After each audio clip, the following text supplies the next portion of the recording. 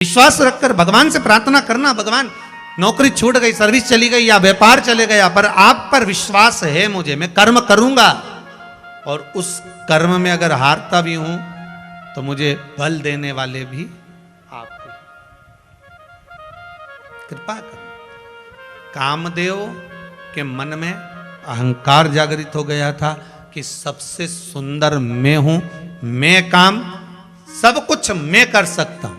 ये अभिमान, ये अहंकार प्रकट हो गया।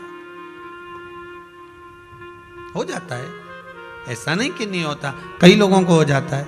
कई घर की माताएं गुस्से में आकर के देती अहंकार में, वो तो मैं जिंदा हूं जब तक घर चल रहा है, जिस दिन मैं मर गई आटे दाल का भाव मालूम पड़ जाएगा।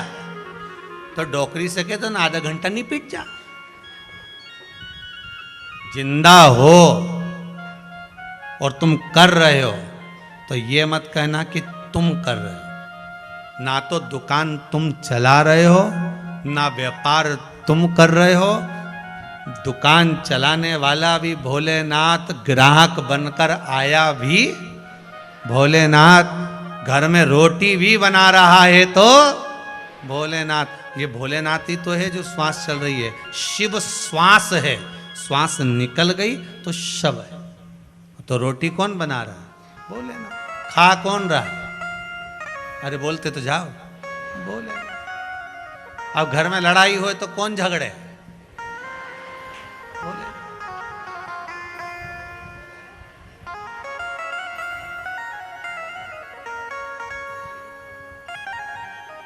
झगड़ा भी कौन कर रहा है? अरे जम के तो बोलो, भोलेनाथ। किस लिए झगड़ता है? घर में झगड़ा होता क्यों है?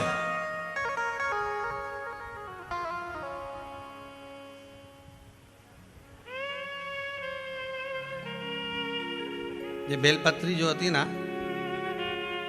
अपन इसको शिव जी पे कैसे चढ़ाते हैं?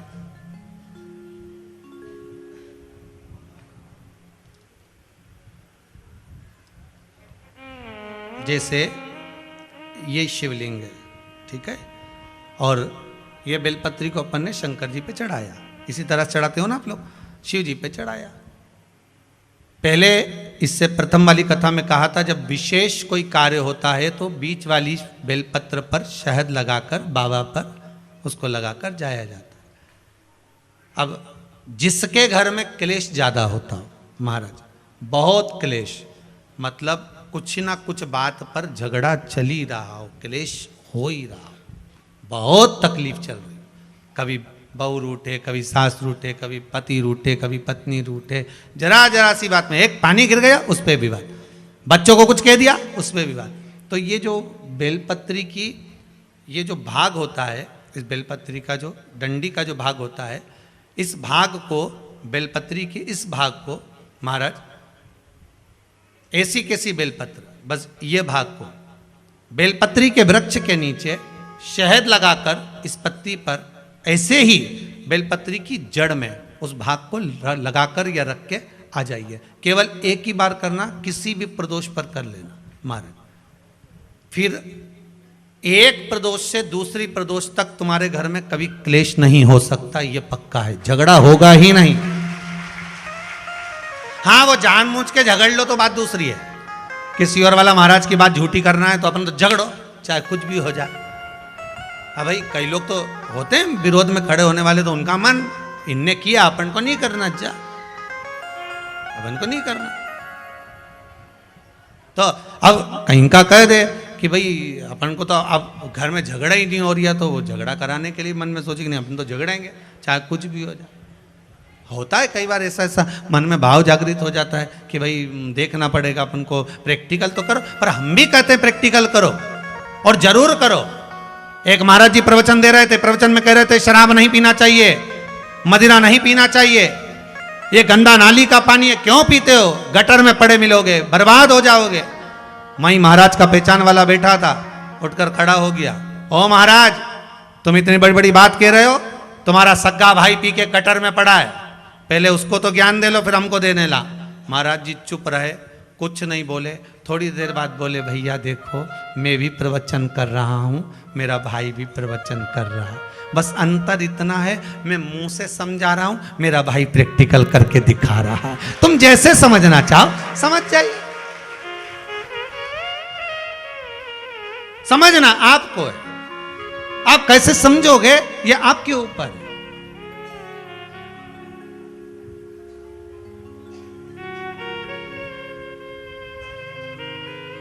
भाई जो ना समझे उसके लिए एक विदेश से एक अंग्रेज आया और उसने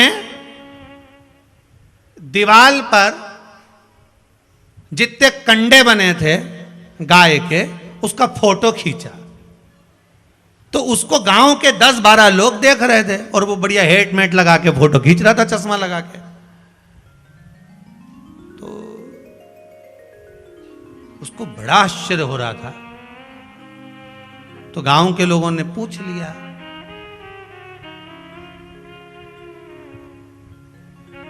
तो वो हेट उतार के खुजा के बोला कि ये गाय दीवार पे चढ़ी कैसे हो गई। उसके अब जो समझ गया तो समझ गया, ना समझे तो ना समझे। तो गांव का व्यक्ति खड़ा था, उसने कहा हेड वापिस लगाओ, फोटो खींचो, जाओ। फोटो खींचो जाओ। मतलब क्या उसको? कामदेव का अहंकार आ जाता है कभी कभी, मानव को अहंकार आ जाए। बहुत दुकान तुम चलाओ, खूब आराम से तुम दुकान चलाओ, खूब घंटों तक दुकान पे बैठे रहो, खूब अच्छे से कमा, तो कई व्यक्ति को आ जाता है वो तो मैं कमा रहा हूं इसलिए चल रहा है, तुम्हारा क्या जा रहा है, तुम तो उड़ाए जा रहे हो। और पति के चला रहे हो, परंतु उसको ये समझना होगा। रावण बार बार कहता था मैं लंकेश, मैं लंकेश, मैं लंकेश। तो राम जी ने भी आखिरी में कह दिया लंकेश, लंका अंदर रह गई, तू बाहर।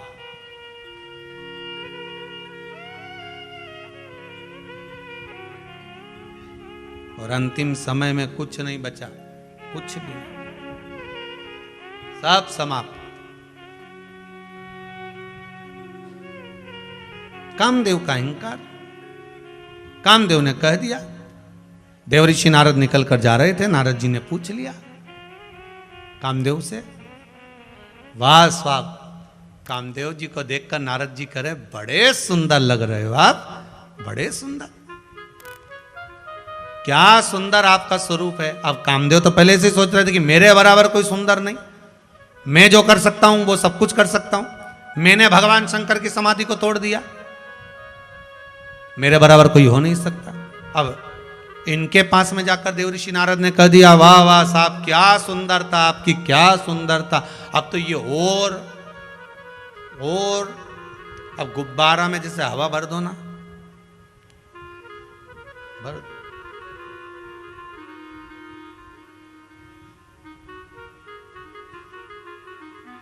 और ज्यादा जब हवा भरा जाए तो फूट जाए।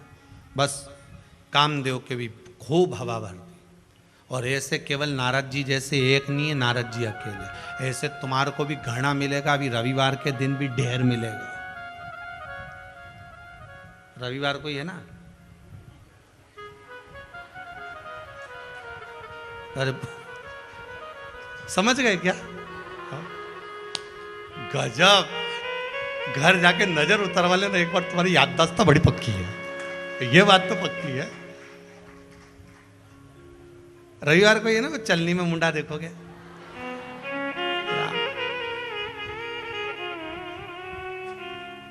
और यूं लड़ाई झगड़ा में कह दे, और यूं चलनी में देखे। मुल्ला नसरुद्दीन की कथा याद आ गई। एक बार मुल्ला नसरुद्दीन घूमने के लिए निकला, उसको प्यास लगी, उसने कहा पानी कहाँ है, तो गया कुआं में देखने के लिए। कुआं में जो देखने के लिए गया तो पानी था, और पानी देखा तो प्यास तो लग रही है, पर नहीं, पानी बाद में पीऊंगा। आज पूरे भारत की भूमि पर सारी माताओं का करवा चौथ का व्रत है, और चांद तो कुएं में पड़ा है। मैंने जिंदगी में कोई अच्छा काम नहीं करा, पर आज चांद को वापिस आसमान में लगा के दूंगा। और मुल्ला नसरुद्दीन कया ने बाल्टी लेके आया, रस्सी लाया, अब इसको कौन समझाए कि कुएं के पानी में चांद दिख रहा है, नहीं तो चांद तो ऊपर ही है, पर ये समझा कि कुएं में गिर गया। कुछ भी हो जाए, आज मैं करवा चौथ का व्रत है, चांद को तो निकाल के मानूंगा। और बाल्टी और रस्सी लाया और जो कुआं में डाली तो वो बाल्टी नीचे पत्थर में अड़ी गई। अब मुल्ला नसरुद्दीन ने सोचा बड़ा भारी चांद है, निकल ही नहीं दिया। उन्हें पूरी दम लगा दी, दम लगाई, जिसने देखा ये तो निकल ही नहीं रहा, कि ऐसे नहीं निकले तो क्या नीचे जाके निकालूंगा। और रस्सी बांध दी ऊपर और कूद गया पानी के अंदर, और रस्सी टूट गई धम्म से नीचे। धम्म से जैसे नीचे आया, आते से जो कुएं के अंदर गया और अंदर जाके हड़बड़ा के वापिस बाहर आया, ने जो ऊपर देखा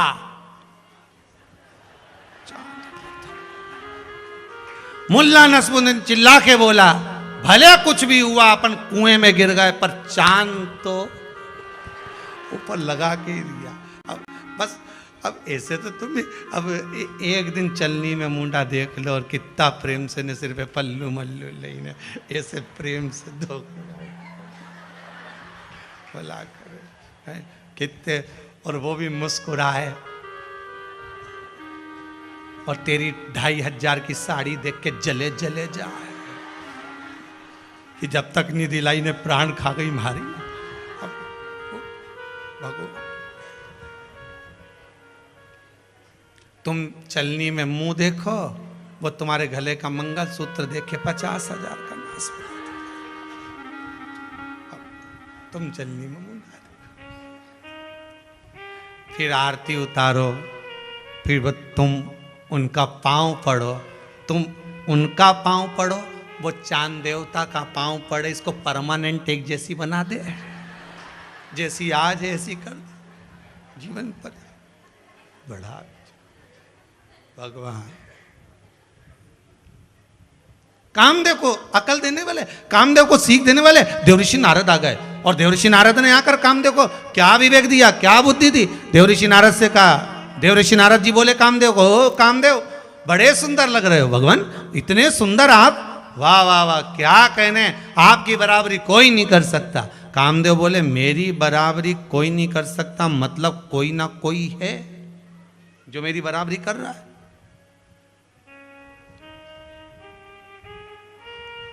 देवऋषि नारद को तो कहना था, देवऋषि नारद को तो कहना था, और उन्होंने कह दिया कामदेव एक बात कहें, बोलो।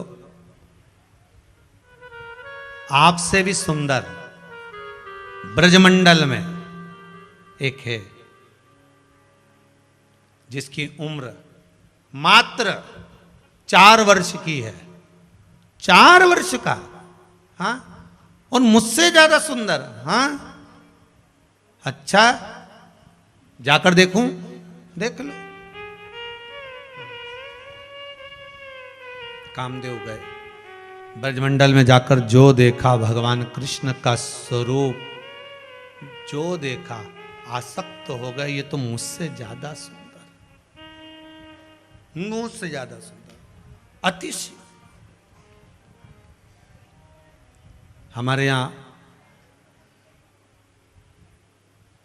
कई कथाकार कहते हैं ना कि भगवान कितने सुंदर हैं, कि ओ नंद लला जो तुम होते नंद लली। अच्छा हुआ नंदराय जी आपके घर में इतना सुंदर बेटा हुआ, अगर इतनी सुंदर बेटी हो जाती तो। ओ नंद लला जो तुम होत नंद लली, तो गले कट जात करोड़न के। अच्छा हुआ इतना सुंदर छोरा हुआ, इतनी सुंदर छोरी हो जाती तो आधे तो बावड़ी में डूब के मर जाते जाके चक्कर में। कितने सुंदर मेरे कृष्ण, कितने सुंदर।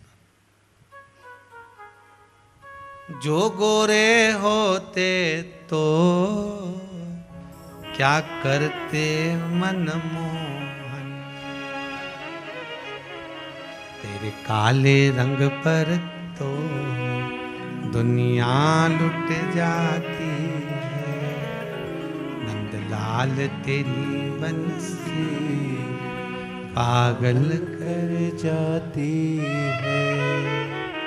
मुस्कान तेरी मीठी घायल कर जाती है। तुम तो काले काना तेरी राधा गोरी है। तुम तो काले काना तेरी राधा गौरी है। इस अनुपम जोड़ी पे दुनिया लुट जा।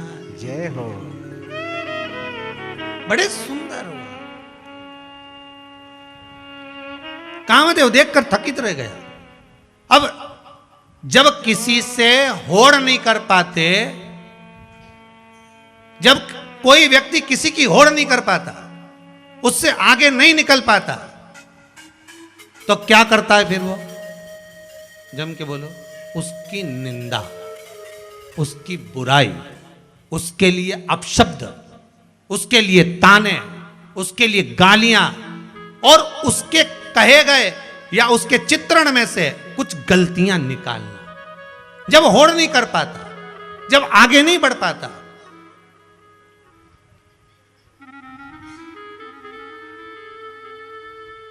जब उसको लग गया कि मैं इससे आगे नहीं बढ़ पा रहा हूं, अब ये आगे निकल चुका है, कामदेव को लग गया कि भगवान कृष्ण के आगे में नहीं निकल सकता, वो बड़े सुंदर हैं, तो कामदेव ने क्या करा? पूरे ब्रजमंडल में घूम रहे हैं और कन्हैया के लिए अपशब्द कह रहे हैं। अरे नंद बाबा का छोरा, वो ग्वाला, वो कृष्ण मेरी बराबरी करेगा? 33 कोटि देवताओं में जाकर कामदेव वर्णन कर रहे हैं।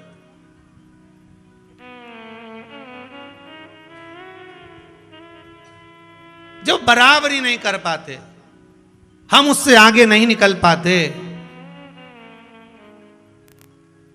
जब लगने लगता है कि सारा संसार उसी का हो गया, सारी दुनिया बस उसी की सुन रही है, उसी का स्मरण कर रही है, उसी को भज रही है, तो फिर मन में ईर्ष्या जागने लगती है। ईर्ष्या, क्या हम इससे बराबरी तो कर ही नहीं पा रहे और दुनिया इसका स्मरण कर रही है।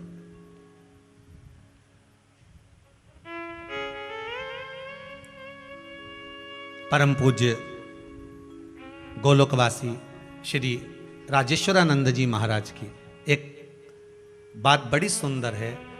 गांव में जब हाथी आता है, आप लोगों ने भी सुना होगा, उसको डला होगा व्हाट्सएप वगैरह पे, गांव में हाथी आता है तो सारे गांव के जितने कुत्ते हैं वो उस हाथी पर भौंकते हैं। तो हाथी पर क्यों भौंकते? इनकी हाथी और कुत्ता की क्या लड़ाई थी कि पुरानी दुश्मनी है? नहीं, कुत्तों को दिक्कत इतनी सी थी कि पूरे गांव के लोग हाथी के हाथ जोड़ रहे थे, तो कुत्तों को यह बुरा लग रहा था कि ये इसके ही क्यों हाथ जोड़ रहा है, आज तक हमारा तो कोई ने नहीं जोड़ा, हम भी तो इन्हीं के मोहल्ले में रहते हैं, हम भी तो इनका गांव का कुत्ता है, नहीं हमके तो नहीं जोड़ा, पर इसके क्यों जोड़ रहे हैं? कुत्ता उनके टेंशन पड़ गई। श्री राजेश्वरानंद महाराज जी अपनी बात में कहे, रामचरितमानस के बड़े बड़े आनंदमय वक्ता है, उन्होंने अपनी बात में ये बात रखी है। कामदेव जी के मन में आ गया कि अब मैं कृष्ण से बराबरी तो नहीं कर सकता, ना कृष्ण के आगे निकल सकता हूं, ना कृष्ण से आगे बढ़ सकता हूं, तो करे क्या? तो निंदा करा जाए। जब व्यक्ति आगे नहीं बढ़ सकता, अग्रणी नहीं हो सकता, वो देख लेता है कि अब मैं इनसे आगे नहीं जा सकता, और इनकी प्रशस्ति सब दूर होने लगी। भगवान कृष्ण को कौन नहीं मानता था, सब मानने लगे, तो उन्होंने कहा इनकी निंदा करना प्रारंभ कर दो, इनके लिए अपशब्द कहना प्रारंभ कर दो, बस। और व्यक्ति वही करना प्रारंभ कर दिया।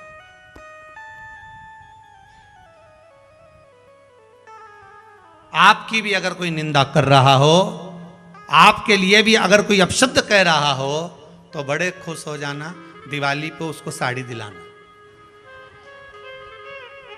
अगर आपकी कोई निंदा करे तो आप उसको दीपावली पे ले जाओ, ने कपड़ा की दुकान पे ले जाके ना बढ़िया प्रेम से साड़ी वाड़ी दिला, उससे पूछो, तो वो पूछे आज मेरे को किस भाव से साड़ी दिला रही? कहीं नहीं, तूने पूरे मोहल्ला में हमारी खूब निंदा करी रही, तेरे बराबर मेरा कोई हितैषी नहीं हो सकता। कितना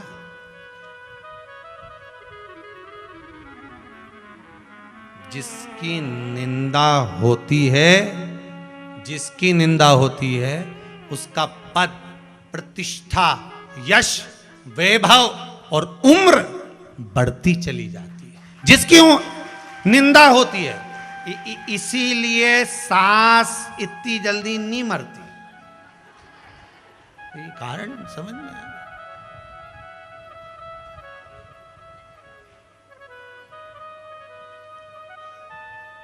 80 साल की भी हो जाएंगी ना सास, तो भी चौका में 25 आदमी का खाना अकेले बना ले, भले बहू माई के चली जाए। बोलो सही है कि गलत है? एक मुंह से आवाज नहीं आएगी। 25 जो मेहमान आया, 10, 15, 20, श्राद्ध पक्ष में जो आया, सब बैठो साहब, खीर तैयार, पूड़ी तैयार, भजिया तैयार, और कुछ खत्म भी हो जाए तो मालूम नहीं पड़े। और अगर बहू खाना बनाए तो कुछ खत्म हो जाए तो के बता रहे भजिया ही नहीं है, तो सास के बेसन का और घोल ले। 1 घंटा में मिर्ची कौन काटेगा, और गिलकी कौन काटे ना आलू कौन काटे? तो सास तुरंत आए, तू हट बेटा मैं बनाऊं, और बना। तो 25 जनी का भोजन एक 75 साल की बूढ़ी अम्मा तुरंत बना के तैयार कर दे और जिमा दे। और घर की बहुएं ये डोकरी के देख देख के सूखी जा रही है। कारण क्या है? क्या कारण? बहू सास की इतनी निंदा करे, यहां नहीं करे तो मायके में करे, मायके में नहीं करे तो किसी दूसरे से करे। ये जितनी जितनी निंदा करे डोकरी उतनी खजूर वाली चोटी बनाए ले, और उतनी और तन्नाट होती चली जाए। मेरा निवेदन है बहुओं से कि सास को जल्दी निपटाना है तो तुम निंदा करना बंद करो, निपट जाए। तुम जितनी निंदा करोगे ना उतनी।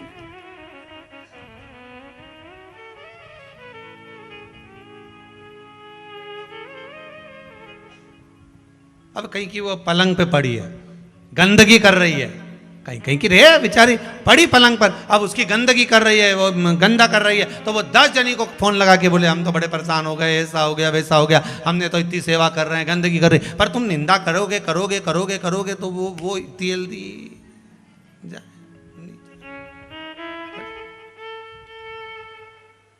कामदेव ने निंदा करी, बहुत कहा, और शब्दों पर शब्द बाण चलाना चालू करे कामदेव ने। जब नहीं रहा तब कामदेव सामने आकर खड़ा हो गया भगवान कृष्ण के। एक कन्हैया, मैं आपके साथ में युद्ध लड़ना चाहता हूं। भगवान कृष्ण की उम्र 4 साल की थी। कामदेव ने 4 वर्ष के भगवान कृष्ण को ललकार दिया कि मैं तुमसे युद्ध लड़ूंगा। ये शरद पूर्णिमा के पावन अवसर की कथा चल रही है महाराज, और पूर्णिमा शिव महापुराण चल रही है। उसमें कृष्ण का जो संवाद है, कामदेव कह रहे मैं युद्ध लड़ूंगा, भगवान कृष्ण कहते कामदेव मैं भी तुमसे युद्ध लड़ने को तैयार हूं, बताओ कौन सा युद्ध लड़ोगे, किले के अंदर का कि किले के बाहर का? कामदेव चक्कर में पड़ गए कि ये 2 तरह का युद्ध होता है क्या? हाँ, कौन सा युद्ध लड़ोगे, किले अंदर का कि किले बाहर का? महाराज किले अंदर और किले बाहर का कैसा युद्ध है? भगवान कृष्ण कहने लगे किले अंदर का युद्ध ये युद्ध है कि मैं गोपियों के साथ में रास करूंगा, पर गोपियों का एक वस्त्र अंग मेरे शरीर से नहीं छू सकता। और किले बाहर का युद्ध वो है, धनुष और बाण लेकर अपन दोनों युद्ध करेंगे, कौन जीतता है देख लेंगे। कामदेव ने मन में सोचा कि बाहर का युद्ध तो बहुत लड़ा, जब ये 50 गोपियों के साथ में अकेला जब नृत्य करेगा तो शरीर तो कहीं ना कहीं टच होगा तो यह हार जाएगा।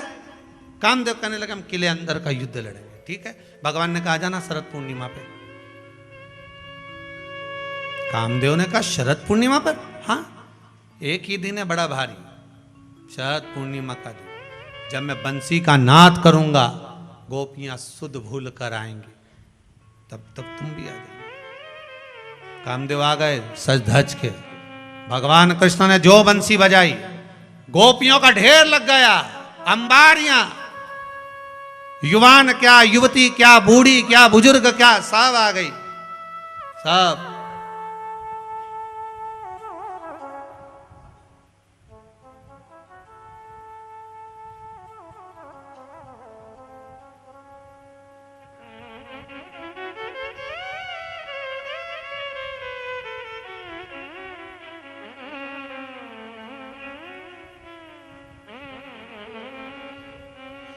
सब आ गए। किसी ने पूछा, गुरुजी बहुएं गरबा करती है तो बाहर जाकर करती हैं, क्या घर की बुजुर्ग माताएं भी गरबा करती हैं? हमने कहा जब वो करती हैं तो बहू मायके चली जाती है। उनके गरबा करने और उनके गरबा करने में अंतर है, दोनों में अंतर। अब भगवान कृष्ण अकेले, गोपियों का ढेर था, और जो रास प्रारंभ हुआ, जो प्रारंभ हुआ।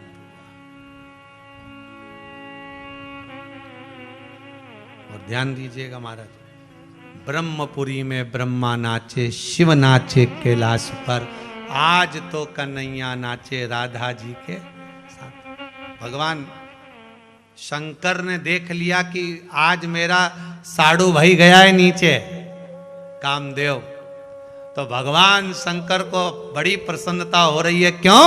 क्योंकि कामदेव ने मेरी समाधि को तोड़ा था, उस दिन से अहंकार आ गया था।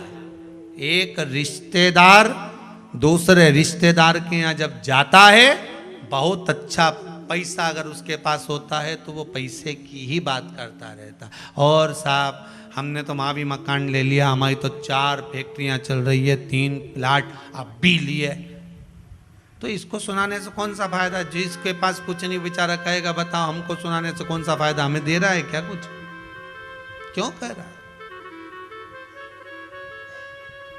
पर वो शिव जी कहे, आज भोलेनाथ जी ने जो डमरू का नाद करा, जो डमरू, पूरा ब्रह्मांड हिल गया। शरद पूर्णिमा के दिन पूरा ब्रह्मांड, कहते हैं ब्रजमंडल में तो कृष्ण नाच रहे थे और शंकर ने जो डमरू बजाया तो 33 कोटि देवता कैलाश पे आ गए। 33 कोटि, और जो डमरू का नाच करा, धीमा बजाओ,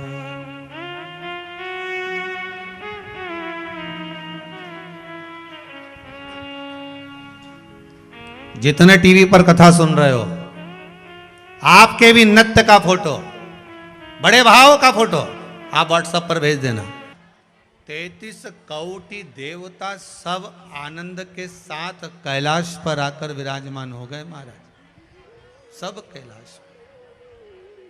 हर हर महादेव, सारे कैलाश पर आकर विराजमान हो गए। इधर कामदेव क्या देख रहा है कि भगवान कृष्ण अकेले नाच रहे हैं, नृत्य कर रहे हैं, और आसपास सारी गोपियां,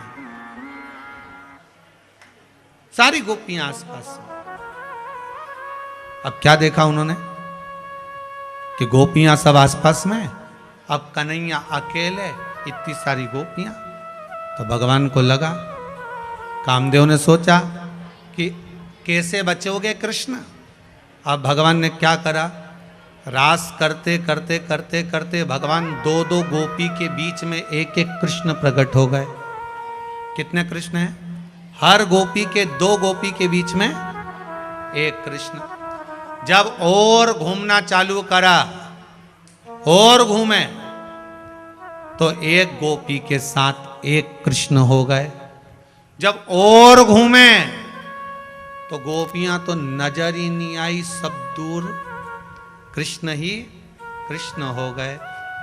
शंकर भगवान ने जो डमरू बजाया तो गोपियां तो सब सूद भूली चली गई, और केवल कृष्ण ही कृष्ण रह गए अकेले। कामदेव चक्कर में पड़ गया कि गोपी गई कहां, गई कहां। कामदेव ने साष्टांग दंडवत करा, आप जीत गए, मैं हार गया। अहंकार हारा है, अभिमान हारा है।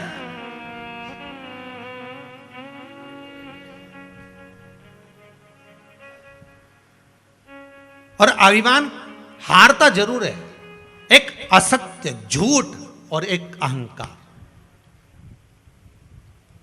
आप किसी के साथ छल कर रहे हो, कोई बात आप छुपा कर रख रहे हो, अहंकारवश शब्दों का संबोधन कर रहे हो, झूठ बोल रहे हो, वो एक ना एक दिन आपको हरा देगा, वो हराएगा। सत्यम शिवम सुंदर। शंकर को सबसे ज्यादा प्रिय अगर कुछ है तो वो सत्य प्रिय। पर लोग सत्य कब बोलते हैं? जब निपट जाते, तब तक सत्य उनके मुख पर नहीं आता। सत्य निकलेगा पर बहुत बाद में, बहुत बाद में। पर यहां तो शिव महापुराण की कथा कहती है, नया मोबाइल लेकर आए हो तो उसमें जो कार्ड लगाए हो, सिम लगाए हो, उस कार्ड में अच्छी अच्छी चीजें भर के रख लो। जब खाली बैठोगे कार्ड काम आएगा। मोबाइल में चालू करा, भजन चलाया, स्मरण चलाया, कथा चलाई, अकेले बैठे थे सुन लिया, भगवान की भक्ति में डूब गए। उसी तरह जब जब कथा में जाओ खाली कार्ड की तरह जाओ कि ये मोबाइल लेके आई हूं, कार्ड पूरा खाली है, शिव महापुराण की कथा सुनूंगी, उसको मैं कार्ड में भर लूंगी। जब अपने घर जाऊंगी अकेली बैठूंगी तब कथा का स्मरण करूंगी। खाली है।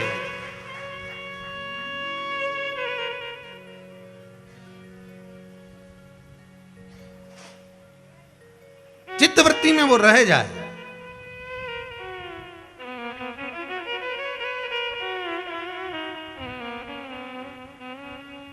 एक अभिमान तारकासुर को भी था।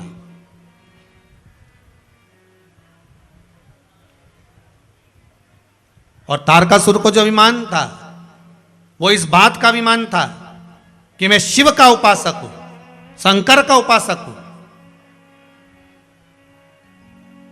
और मैंने जो वर मांगा है वो भगवान शंकर के पुत्र द्वारा मरने का मांगा।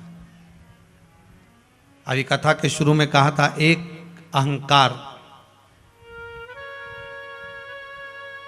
माता, एक अहंकार मीरा को भी था, वो गुरु का अहंकार। आप करो, भगवान का अहंकार करना है तो खूब करो। मैं शंकर का भगत हूं, मैं शिव का स्मरण करता हूं, मैं शंकर का अनुमोदन करता हूं।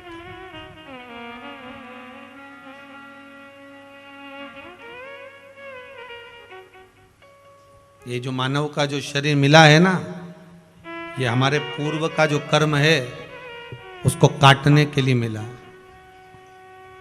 भगवान ने क्यों दिया?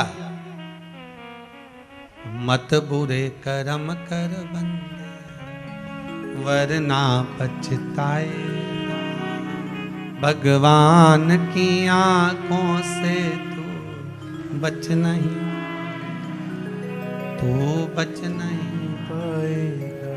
भगवान कहते हैं अपने पुराने कर्म को, मनुष्य की अगर देह मिली है तो नाम भज कर काट दो। कैसे काटो? नाम और काम, इन दोनों को ध्यान में रखना। क्या क्या चीज? जम के बोलो जरा। नाम और काम। मनुष्य देह में भगवान का नाम लेकर, कथा सत्संग सुनकर अपने पुराने कर्मों को, दुखों को या तो काट लो, और अगर मनुष्य की देह में भी ये कर्म नहीं कटे तो फिर अगला जो जन्म होगा वो मनुष्य का नहीं होगा, दूसरा जन्म होगा।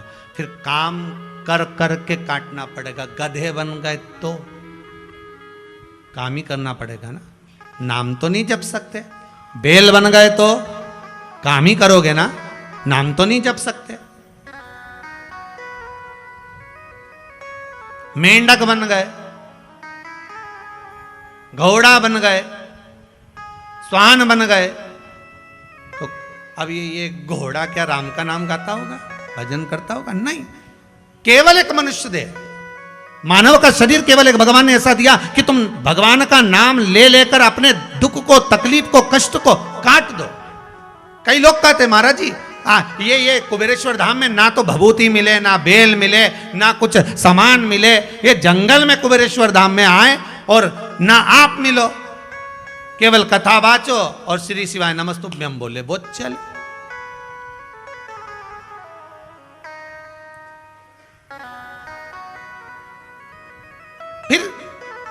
सारी दुनिया के लोगों का काम कुबेरेश्वर धाम में क्यों हो रहा है? कारण क्या है? उसका एक कारण है, केवल एक कारण, कि यहां जब आप आते हो, विश्वास लेकर आते हो और भगवान का श्री शिवाय नमस्तुभ्यम नाम गाते हो। मनुष्य देह मिली है, नाम से दुख को काटो।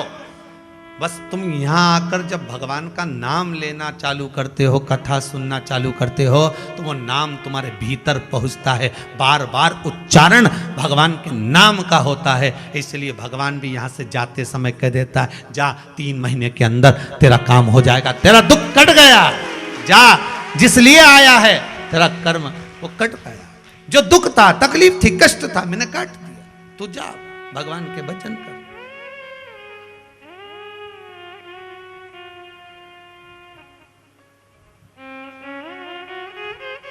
शंभु शरणे पड़ी मांगू घड़ी रे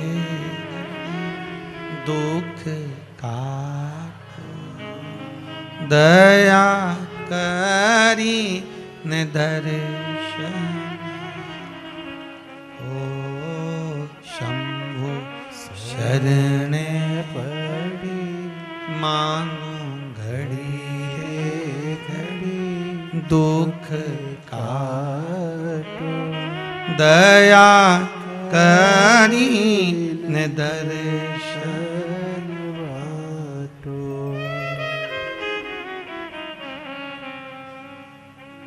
तेरे दर पे मैं कब से खड़ी,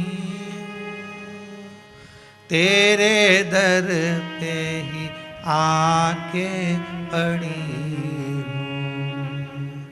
बाबा संकट भारी त्रिपुरारी, हे शंभु मेरे दुख, मेरे कष्ट, मेरे रोग, मेरी बीमारी, यही तो संकट है, काट दे।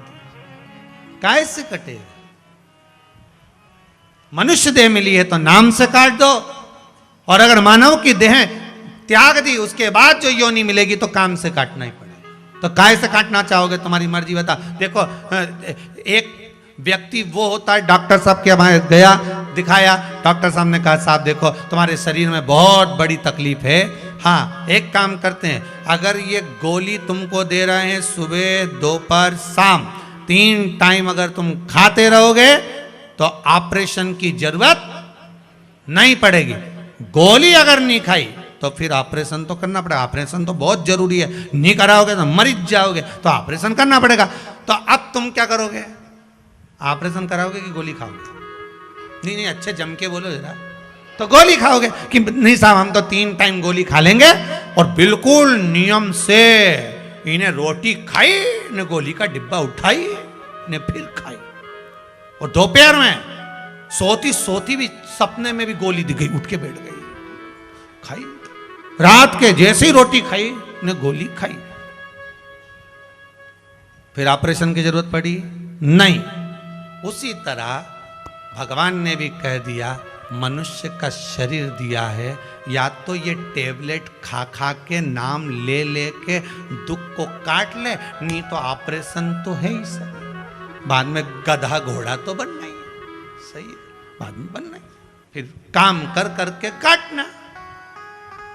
अब तुम्हारी जैसी मर्जी रहे, जितना लोग आस्था पे सुन रहे हो, मोबाइल पे सुन रहे हो, तुम्हारी जैसी मर्जी हो, जितना कुबेरेश्वर धाम में सुन रहे हो सब अच्छे से सुन रहे हो, सुदर्शन चक्रधारी हो सब अच्छे से सुन, सब ध्यान से सुन लो। या तो टेबलेट खा लो, ऑपरेशन की जरूरत ना पड़े, राम नाम कृष्ण नाम शिव नाम गा लो तो अगले जन्म की जरूरत ही ना पड़े। भगवान से कहना ये जन्म के बाद फिर मेरा कोई जन्म ना हो, तो भगवान कहेगा बिल्कुल नहीं होगा, पर दवाई खाना पड़ेगी, मतलब भगवान का नाम लेना पड़ेगा। लेता रहेगा, सवेरे दोपहर शाम 3 टाइम लेते रहे, सवेरे उठते से बोल दे श्री शिवाय नमस्तुभ्यम, श्री शिवाय, दोपहर में फिर बोल दे श्री शिवाय नमस्ते, श्री शिवाय। रात्रि के सोए तो फिर बोल दे श्री शिवाय नमस्ते, श्री शिवाय।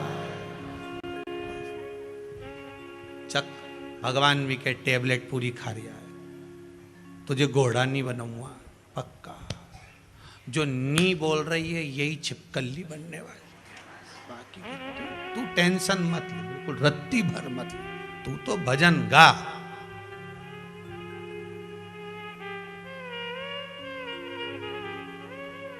मस नाम से काट दो या फिर कर्म से काट दो। तारकासुर को अहंकार था भगवान की भक्ति का, और हो मुझे एक बड़ो रे अभिमान के गुरु मेरो समरथ है, समरथ है गुरु अमृत है, मेरो क्या तो करेगो यमराज जब गुरु मेरो समरथ है। फिर यहां पर अड़ जाना। मैंने शिव महापुराण की कथा सुनी है, मैंने भगवान का भजन करा है, नाम लिया है 3 बार सुबह दोपहर शाम, मेरो क्या तो करेगो यमराज जब गुरु मेरो अब आ जाए यमराज भला।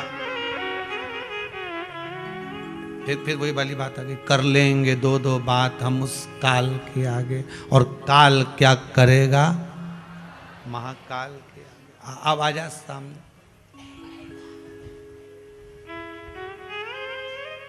कहा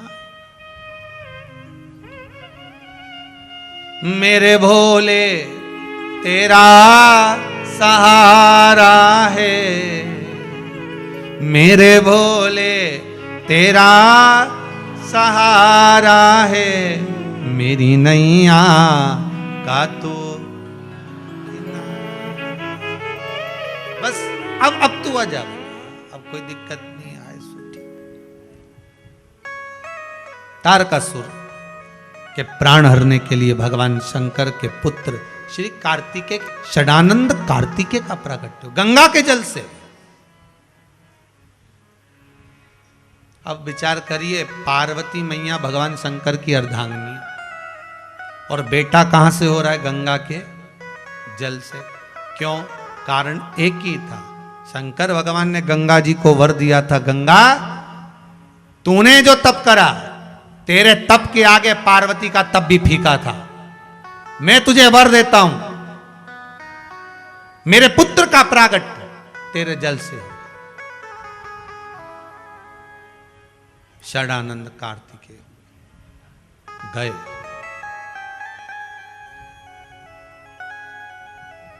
मां ने कह दिया तारकासुर का संहार करना। जी मां, पर मां ने एक शब्द और कह दिया, इसके हृदय में शिव बसा है, इसके हृदय में शिव बसा है। राम जी ने, मेरे राघव जी ने रावण के पूरे शरीर पर बाण छोड़े, शीश भी काटे, भुजा भी काटी, हाथ भी काटे, नाभि पर भी छोड़े, पर हृदय पर नहीं छोड़े। तो सीधा सीधा लक्ष्मण जी ने पूछ लिया, भैया बात क्या है? आप इस रावण की छाती पे बाण क्यों नहीं मारते? राम जी कहते हैं, इसके हृदय में सीता बैठी है, इसके हृदय में सीता। कैसे बात? अब जरा विचार करिएगा, रावण जैसे राक्षस के हृदय में सीता थी तो राम जी ने बाण नहीं मारा। तारकासुर के हृदय में शिव थे तो शरीर में सब दूर बाण मारे, परंतु हृदय में नहीं मारा। अगर आपके हृदय में शंकर होगा तो किसकी सामर्थ्यता है कि कोई आपको मार देगा? किसकी सामर्थ्यता? अकाल मृत्यु वो मरे जो काम करे चंडाल का, काल उसका क्या बिगाड़े जो भक्त हो महा काल का। तो क्यों डरना?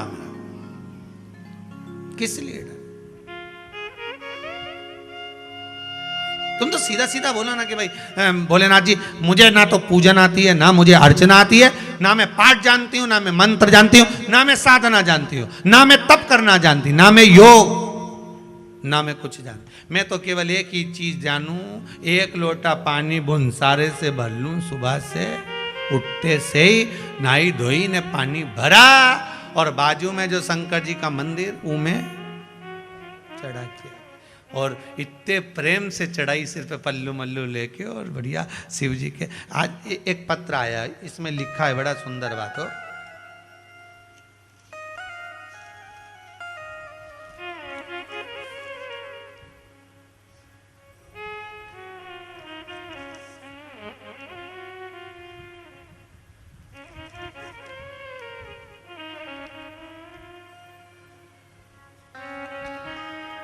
महाराज जी सत सत प्रणाम, राधे राधे, हर हर महादेव, श्री शिवाय नमस्तुभ्यम। मेरा नाम डॉली वर्णवाला है, दुर्गापुर पश्चिम बंगाल से आई हूँ। कहाँ बैठी हो? अच्छा, तैयार होने गए होंगे। तो एक प्रश्न पूछना था गुरुदेव।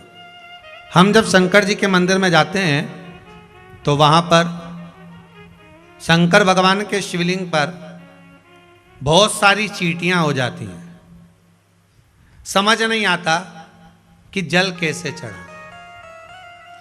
अब इसका उत्तर आप सब दे दो रे।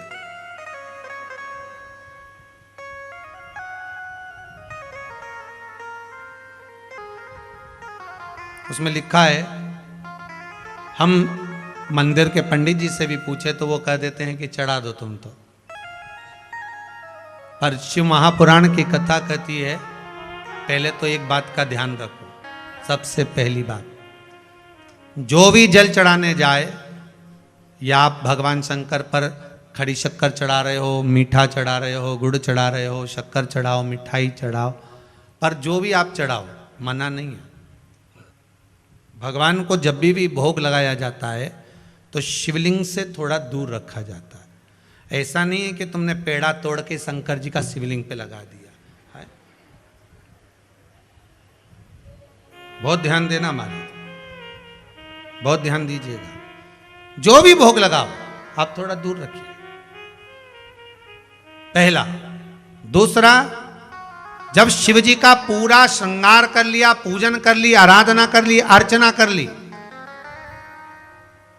और आपने अगर शक्कर चढ़ाई है तो भगवान शंकर का एक बार पुनः स्नान करा दीजिए। क्यों?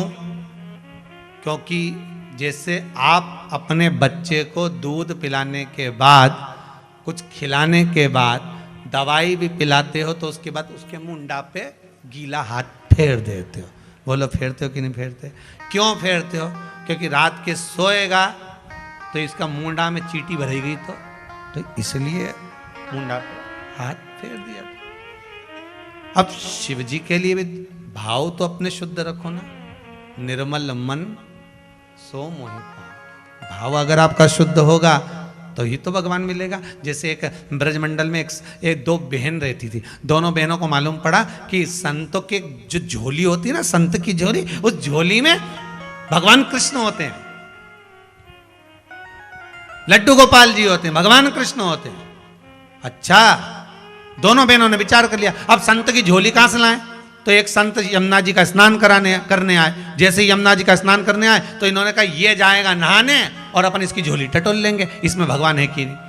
अब जैसे ही संत ने झोला कमंडल सब रखा, कपड़े वपड़े रखे और ये नहाने के लिए गए, इतने में एक बहन ने कहा तू संत को देख और मैं झोली टटोलूं। और जो इनने झोली टटोली, टटोलते से स्टील का इतना बड़ा डब्बा, उस डब्बे में अंदर कपड़ा, कपड़े के अंदर भगवान लड्डू गोपाल, छोटे से लड्डू गोपाल आराम से सो रहे।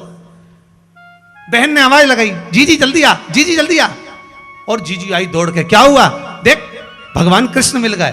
और जो लड्डू गोपाल निकाले, जो लड्डू गोपाल निकाले, तो बड़ी बहन ने कहा देख तो सरी, संत कितना बेकार है, रत्ती भर की अक्ल नहीं है, इतने से डब्बे में बेचारे इतने बड़े भगवान को भर के रख दिया, भगवान भी अकड़ गया। भगवान का एक हाथ यूं हो गया, पांव यूं हो गया, नीचे का पांव यूं, एक हाथ यूं, भगवान भी अकड़ गए। इसने डब्बे में से भगवान को बाहर निकाला, दोनों बहन हाथ जोड़ के बोली, भगवान अब तुम बिल्कुल चिंता मत करो, संत नहा के आए तब तक तुम हाथ पे लंबे कर लो।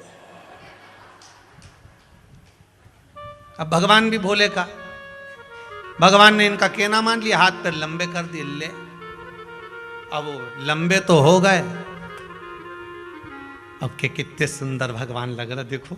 और वो संत ने इनको डब्बे में भर के रख दिया था। इतने में जीजी देख के तो संत तो नहीं आ रहा, और जीजी जैसे देखने गए, आ गया, जैसे बोली संत आ गया। अब ये डब्बे में भर रही, और डब्बे में भरे तो जाए। हे भगवान, बस संत भी आ रहा, जीजी अरे ये तो घुस ही नहीं रिया है, ये तो अंदर जा ही नहीं रिया, डब्बे में पहुंच ही नहीं रिया। जीजी के दम लगा, जरा दम लगा, एक पांव पकड़ी एक हाथ पकड़ी और डब्बे में धरे तो जाए नहीं। इतने में तुरंत दोनों ने हाथ जोड़ के बोला, तेरे बाप की सुगंध घुस जा अंदर। तब भगवान के, मेरे पिताजी की सुगंध रही। भगवान तुरंत उसी समय पे वही हाथ छोटा करके, पांव छोटा करके डब्बे के अंदर दोनों ढक्कन लगाई, दोनों दूर खड़ी हो गई। संत ने जोड़ी का मंडल टांगा, चल दिए। दोनों गोपियों ने ब्रज मंडल में, ब्रज की भूमि पर यमुना जी को दंडवत करके कहा, बहुत कृपा करी, वो फंस गया, बहुत कृपा करी। यमुना जी मुस्कुराती हुई बोली, वो नहीं फंसा, तुम दोनों को फंसा के ले गया, नैनों में अटका कर ले गया। अब दोनों को सुध नहीं बैठती थी, दोनों को सुध नहीं। भगवान भोले का है, आप आडंबर करके भगवान को रिझाओगे ना, भगवान कभी नहीं आएगा, कभी नहीं। भगवान कभी नहीं कहता कि मुझे आडंबर चाहिए, ऐसा करो वैसा करो, ने ये करो ने वो। भगवान के राम जप राम, कृष्ण जप कृष्ण, शिव जप शिव। तू तो मुख से भगवान का भजन कर। भगवान के कुछ नहीं चाहिए, एक लोटा पानी चढ़ा दे, बन जाए तो, और वो भी नहीं बने तो 3 बार ताली बजाते। इतने में भी नहीं बने तो बम बम, और ये भी नहीं बने तो घर पे पड़े पड़े श्री शिवाय नमस्तुभ्य। ये भी नहीं बोलता बने तो पंचाक्षर मंत्र नमः शिवाय। बहुत इतना, बहुत इतना। ताड़कासुर की छाती में बाण नहीं, हृदय में नहीं लगाना। कार्तिकेय को माता पार्वती जी करेगी, उसके शरीर में बाणों को छोड़ना, पर हृदय में ना लगे, उसका ध्यान हृदय में। ठीक है।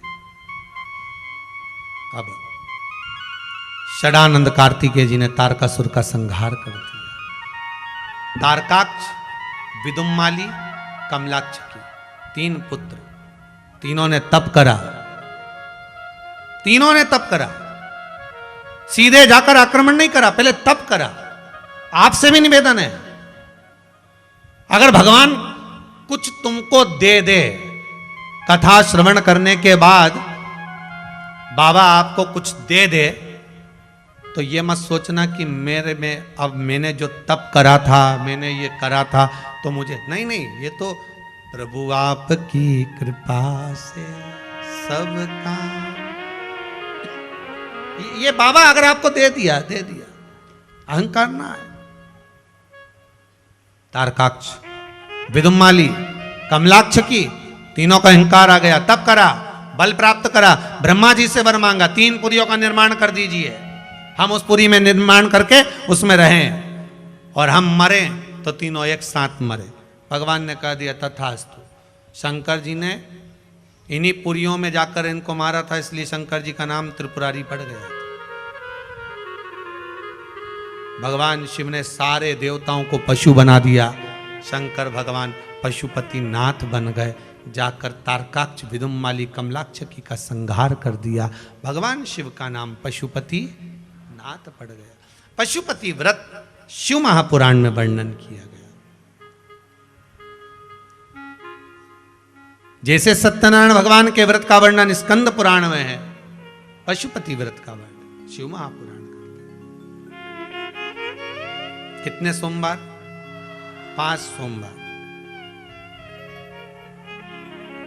कैसा भी काम हो, व्यापार, व्यवसाय, नौकरी, विद्या, पर दिल से करना, दिखावे से नहीं। कई लोग पशुपति व्रत में भी दिखावा करना चालू कर दिए। दिखावे से भगवान नहीं मिल सकता। फिर निवेदन करेंगे, आप दिखावा बिल्कुल मत करो। शंकर की सेवा में, पूजन में, अर्चना में कोई दिखावा नहीं होगा।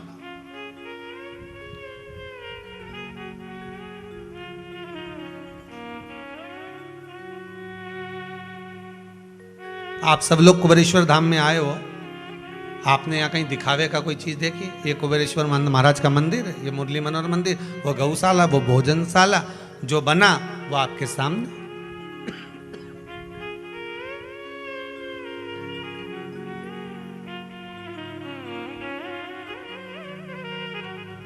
सोओगे, गादी मिल जाएगी, ओढ़ने के लिए ब्लैंकेट मिल जाएगा, आराम से विश्राम करा, अपना काम करा, भजन करा, चल। सुबह चाय मिल गई, नाश्ता मिल गया, भोजन मिल गया, शाम का भोजन मिल गया, दोपहर की चाय हो गई, भगवत भजन।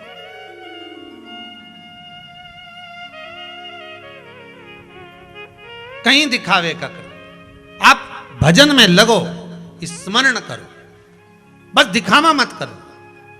आज के जमाने में पशुपति व्रत का भी लोग दिखावा कर रहे हैं।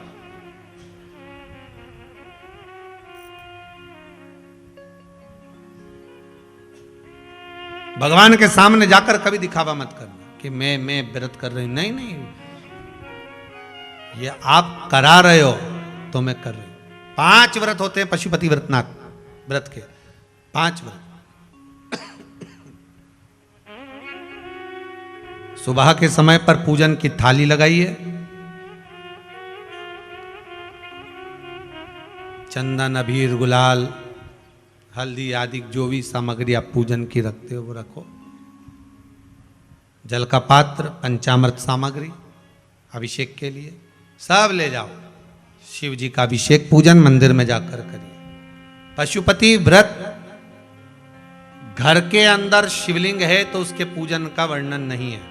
जिस शिवलिंग पर सबकी दृष्टि पड़ती हो उस शिवलिंग का वर्णन, मतलब मंदिर का शिवलिंग। वहां पर अभिषेक पूजन कर दिया। सुबह के समय पर भी दिया लगाकर अभिषेक पूजन कर कर आप जो आए, अगरबत्ती आदि जो भी लगाया, आपका भाव, धूप बत्ती वगैरह जो भी लगाया, वापिस आए, उस थाली को संभाल कर रख दीजिए। शाम के समय पर वही थाली वापस लेकर जाना। उसमें कितने दिए जाएंगे? 6 दीप। प्रसाद जाएगा। घर से 3 हिस्से कर कर भोग लेकर मत जाना। जो मीठा लेकर जाओगे उसके 3 हिस्से शिव जी के सामने ही जाकर करना है आपको अलग से लेकर अलग अलग डब्बे में नहीं जाना। 3 हिस्से आप अलग अलग कर कर नहीं ले जाना।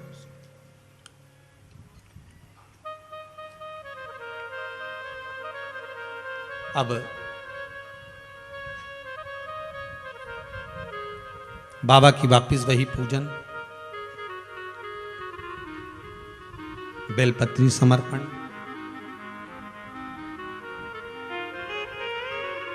प्रसाद के 3 भाग। पहला दिया 5 दिए मंदिर के अंदर लगना है। 5 दियों को सामने रख लो। पहला दिया जब लगाओ, मन में कामना कर लेना कि किस लिए पशुपति व्रत कर रहे। कौन से दिए पर? पहला दिया। किसी भी दिए से अलग से बाती लेकर नहीं लगाना। आप माचिस लेकर खुद की जाइए, खुद का घृत लेकर जाओ, खुद के दीप लेकर जाओ। किसी के दिए में भी बत्ती लगकर मत जला कर आना।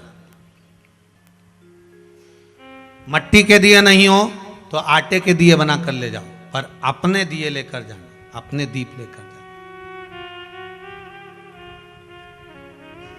पहला दिया लगाओ, कामना कर कर लगाइए। 5 दियों को लगा दीजिए।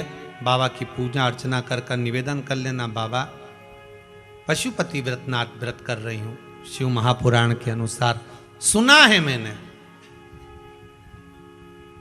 आप दुनिया के दुख को हरते हो बाबा, मेरा भी एक कष्ट है, आपके चरणों में आज निवेदन कर रहे हैं।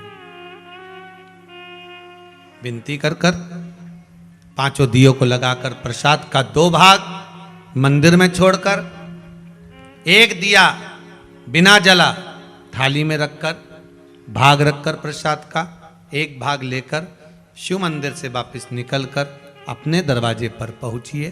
दरवाजे के राइट भाग में प्रवेश करने से पहले दिया लगा दीजिए। एक कामना वहां करी है, दूसरी कामना अपने दरवाजे पर पहला दिया जब लगाओगे वहां कर लीजिए। प्रसाद अंदर लेकर जाइए घर में। भोजन करने जब बैठो सबसे पहले जो प्रसाद लाए हो उस प्रसाद को पाइए। अपने हिस्से का प्रसाद जो 1 भाग लेकर आए हो वो किसी को नहीं देना है। जिसका व्रत है वही करेगा, वही पाएगा। एक बात और अच्छे से सुन लीजिए। पूर्णिमा शिव महापुराण की कथा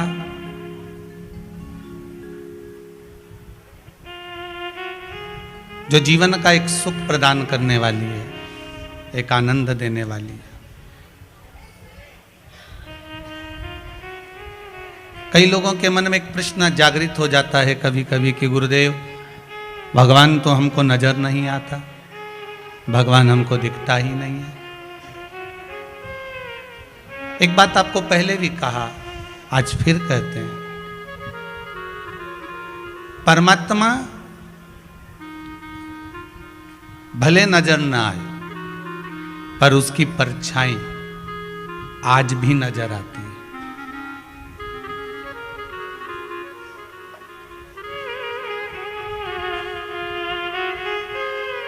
परमात्मा भले नजर ना आए पर मेरे शंभु, मेरे शंकर, मेरे नारायण, मेरे ब्रह्मा, 33 कोटि देवी देवता जो आपके हृदय में विराजमान हैं, उनकी परछाई आज भी नजर आती है। अब आप कहोगे गुरुजी परमात्मा नजर नहीं आता और उनकी परछाई नजर आती है, वो परछाई है कौन सी?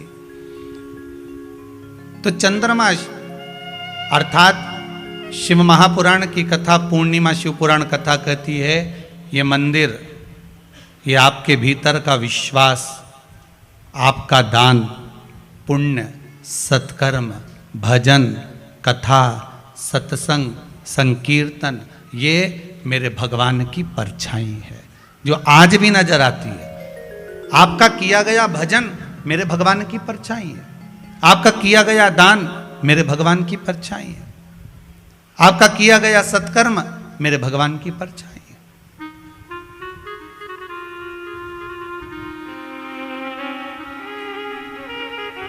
बस उस परछाई की थोड़ी सी भक्ति आप और हमको अगर मिल जाए तो जीवन तो यूं ही सार्थक हो जाए। एक बात पहले भी कही, आज फिर कहते हैं, अखबार के पन्ने में कितनी भी अच्छी खबर छाप दीजिए, 4 दिन के बाद वो अखबार का पन्ना समोसे और पोहे की दुकान पे मिलेगा। बोलो सही है कि गलत है? अखबार का पन्ना, कागज वही है, बड़ा सुंदर कागज है, बड़ा अच्छा कागज है, पर अखबार के पन्ने पर तुम कितनी भी अच्छी खबर छाप दीजिए, कितने भी अच्छी से अच्छी खबर को छाप दिया जाए, पर वो अखबार का पन्ना, वो अखबार 2 दिन के बाद, 4 दिन के बाद, 8 दिन के बाद पोया और समोसा रखते मिलेगा कि नहीं मिलेगा पन्ना? परंतु वही कागज जो अखबार के लिए गया, वही कागज को अगर गीता प्रेस गोरखपुर में भेज दिया जाए और उस पर रामायण भागवत गीता लिखा जाए तो वो पन्ने पर समोसा खाया जाएगा? अरे बोलो तो नहीं, वो समोसे के लिए नहीं रहेगा। चाहे बस उस पे रामायण लिखा गई, उस पे भागवत लिखा गई, उस पे गीता लिखा गई, उस पे शिव महापुराण लिखा गई, उस पे गीता प्रेस गोरखपुर की उस मशीन में जैसे ही वो अखबार का पन्ना अर्थात जैसा कागज अखबार में काम आया वही की वही कागज वहां भेज दिया जाए, कागज वही है, एक ही है, बस उसको इस प्रेस पर भेजा, उस पर खबर भी अच्छी छापी, एक से बढ़कर एक छापी, पर बाद में पोहा और समोसा रखाया और वही अखबार का पन्ना जब गीता प्रेस गोरखपुर में जाता है तो उसकी कीमत बढ़ जाती है। उसी तरह ये शरीर, उसी तरह ये आत्मा अगर ये गलत जगह पर जाती है तो इसकी कीमत 4 दिन बाद घट जाती है। और यही आत्मा और यही शरीर शिव महापुराण में जाता है तो कीमत बढ़ जाती है। यही आत्मा, यही शरीर, यही मन, यही चित्त, यही वृत्ति।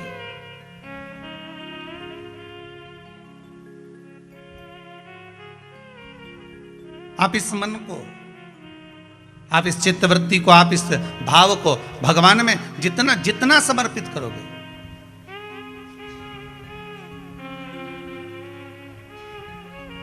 आप जितना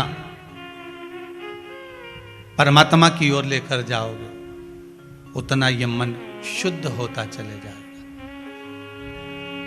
नया मकान बनाया किसी ने? जिनने बनाया हो जरा हाथ ऊंचा करो तो जरा। बनाया आप लोगों ने मकान? तो मकान बनाए होंगे तो वो जो मकान बनाने वाला मिस्त्री होता है ना, वो कह देता है अब तुम्हारी बिल्डिंग 3 मंजिल की हो गई, ऊपर एक मटकी टांग दो। अरे बोलो सही है कि गलत है? कौन सा कलर की टांगो है? काय के लिए टांगो? कि जो बिल्डिंग को देखेगा और बिल्डिंग देखने के बाद उसकी नजर उस मटकी पे चली गई, तो मटकी से जब उसकी नजर मिल गई तो जितनी नजर इसने बिल्डिंग में लगाई वो सारी नजर उसकी मटकी पे पड़ते ही उसी में वापस प्रवेश कर गई। मतलब नजर बिल्डिंग में आई। कहां टांगी मटकी? पीछे, राइट लेफ्ट, कहां टांगी? बिल्कुल आगे। कि जो बिल्डिंग को देखेगा, जो इस मकान को देखेगा, जो इस बिल्डिंग को देखेगा, जो नए मकान को देखेगा, और उसकी दृष्टि घूमते घूमते घूमते घूमते अगर मान लो वो घूमती हुई दृष्टि उस मटकी पर चली जाती है तो हमारी बिल्डिंग पर नजर नहीं लगेगी। नहीं तो दुनिया की लोगों की नजर तो बड़ी विचित्र होती है।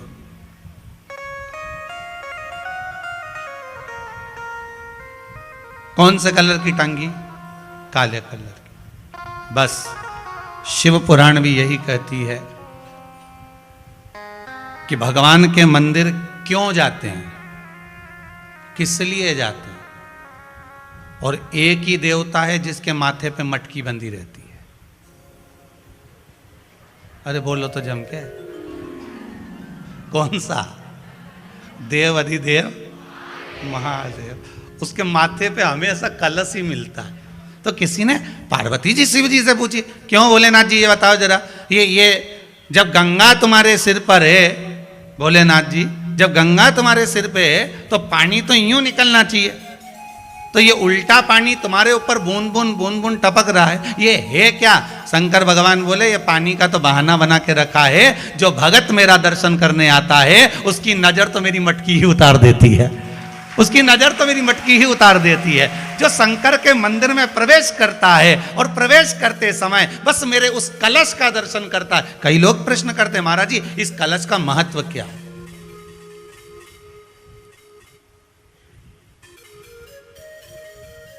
तीन टेकी पे टिका रहता है, ब्रह्मा विष्णु महेश, उसके ऊपर कलश, उसमें एक छेद, उसमें से एक एक बूंद पानी नीचे गिरे, अर्थात ब्रह्मा विष्णु महेश एक एक बूंद पानी गिर रहा है, मतलब ये तीनों एक है।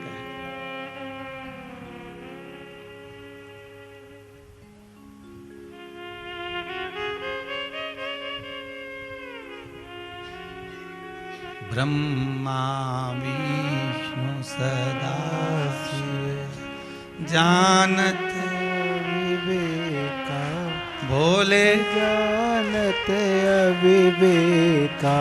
कौन सा विवेका? अविवेका, मतलब जिसमें विवेक नहीं है वो तीनों में भेद देखेगा। मतलब ब्रह्मा अलग है, विष्णु अलग है, शिव अलग है। ब्रह्मा विष्णु सदा शिव जानत विवेका, भोले जानत अविवेका। प्रणवाक्षर के मध्य ओम अक्षर के मध्य यह तीनों एका। जय श्री अर्थात ब्रह्मा, विष्णु, महेश, भगवान शिव, ये तीनों उस मटकी को जो झेले हुए हैं और उनका जो बूंद एक एक बूंद गिर रहा है, ये दर्शा रहे हैं कि हम तीन एक हैं। हम में भेद मत करना। पर दुनिया के लोगों ने भेद कर दिया, हम नारायण वाले, हम राम जी वाले, हम कृष्ण जी वाले, हम तुम्हारे मंदिर में नहीं जाएंगे, हम तुम्हारे मंदिर का प्रसाद नहीं लेंगे, हम शिव मंदिर में नहीं जाते, हम शंकर का अनुमोदन नहीं करते। कई लोग कहते हैं। एक बार पार्वती जी ने भी शिव जी से कह दिया था, प्रभु आपको कहीं घर नहीं मिला जो तुमने शमशान में बनाया? शंकर भगवान बोले, अगर शमशान में घर नहीं बनाता और दूसरी जगह बनाता तो सबके घर में दिवाली पे मिलने जाना पड़ता। अब जब शमशान में घर बना लिया है ना, तो अपने को कहीं नहीं जाना। प्रभु अपन किसी के नहीं जाएंगे, बिल्कुल मत जाओ। और वो अपने यहाँ नहीं आया तो भगवान बोले, एक दिन नहीं आएगा, 2 दिन नहीं आएगा, 50 साल नहीं आएगा, 60 साल नहीं आएगा, 70 नहीं आएगा, 80 नहीं आएगा, 100 में तो आएगा। 108 पे तो एम्बुलेंस आ जाती है, तो 100 तो भारी है। तो क्या चिंता करे, तो अलमस्त होके शमशान में भगवान का भजन कर। आकड़िया की रोटी बनाई, काकड़िया की साग, और परसे माता पार्वती जी पावे भोला ना। वो तो अलमस्त होकर पा, तू बिल्कुल चिंता मत कर। और प्रभु अगर कोई मिलने नहीं आया, मान लो उसका मन नहीं करा कि मैं तो आऊं नहीं यहाँ पर, भगवान बोले चिंता मत कर, बांध बांध के लाएंगे। नहीं आएगा तो कोई ऐसे ही बांध के ले आएंगे। तू तो चिंता ही मत कर, तू तो बस भजन कर। और शिव केवल पार्वती से ये बात नहीं करे, शंकर भगवान हर मानव से, प्रत्येक जीव से एक ही बात कहते हैं कि तू मेरा चिंतन कर, तू मेरा भजन कर, तू मेरा स्मरण कर। संसार की कोई नजर तुझे नहीं लग सकती, तू मेरा भजन तो कर। जब मेरे मंदिर में तू आता रहेगा, मेरा दर्शन करता रहेगा, एक ना एक दिन तेरी दृष्टि उस कलश पर तो पड़ेगी, उस मटकी पर तो पड़ेगी। बस उसका स्पर्श, उसका मात्र स्पर्श। कई लोग पूछते हैं, गुरुदेव जो शिव जी के ऊपर मटकी बंधी रहती है, क्या उसमें पानी डालना जरूरी होता है? और अगर पानी भरा हुआ हो तो हमें क्या करना चाहिए? तो शिव महापुराण की कथा में वर्णन मिलता है, लिंग पुराण की कथा में वर्णन मिलता है, नर्मदा पुराण की कथा में वर्णन मिलता है, स्कंद पुराण की कथा में वर्णन मिलता है कि मात्र अगर ऊपर लगी जलाधारी भरी हुई है, उसमें पानी भरा हुआ है, या उस जलाधारी में नीचे बाबा का श्रृंगार हो चुका है और आपको जल चढ़ाने की मना कर दी गई है, तो आप मात्र उसका स्पर्श ही कर लोगे तो ही जीवन का सुख प्राप्त हो जाएगा। मात्र स्पर्श कर लेने, केवल स्पर्श।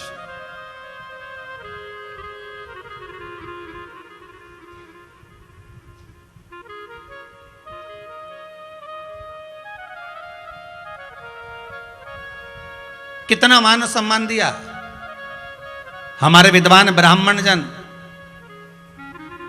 कर्मकांडी। जब ब्राह्मण जन जब यज्ञ कराने बैठते हैं और जिस सुरवे से घृत की आहुतियां देते हैं, उस सुरवे पर भी मौली बांधकर, पान बांधकर, उसका पूजन कराकर, उस सुरवे को भी सम्मानजनक तरीके से पकड़कर फिर आहुति दिलाते कि ये देवताओं को भाग देने वाला है।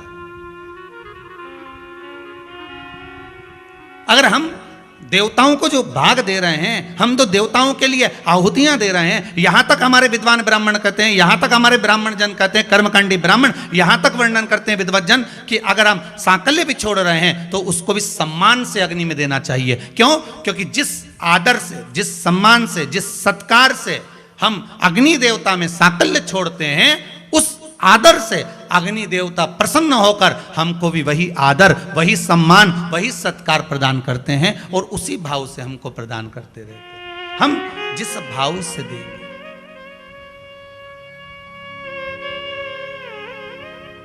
उस भाव से मिलता रहेगा।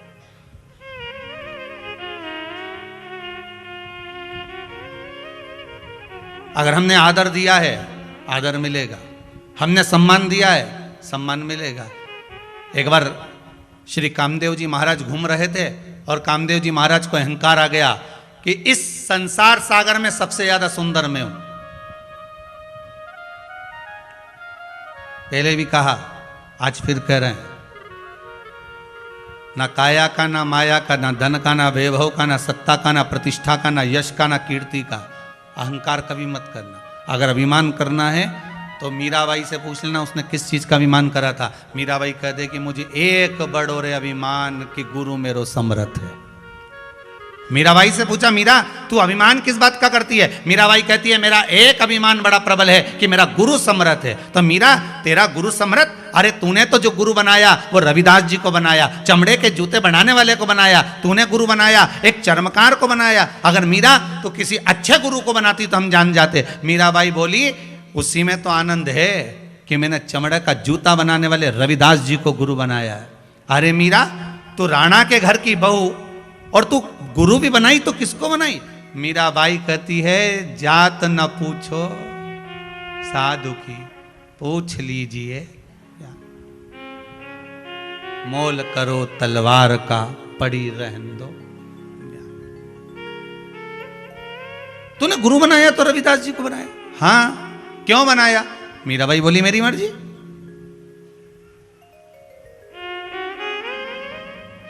कोई जरूरी है कि बहुत चमक दमक देखकर गुरु बनाया जाए?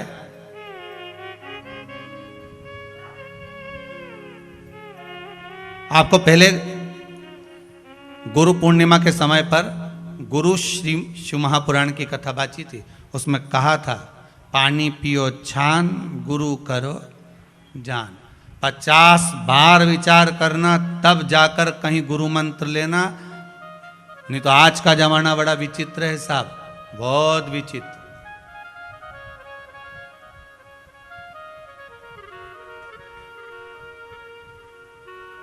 एक होड़ लगी हुई है लोगों के बीच में, गुरुजी बनाना है।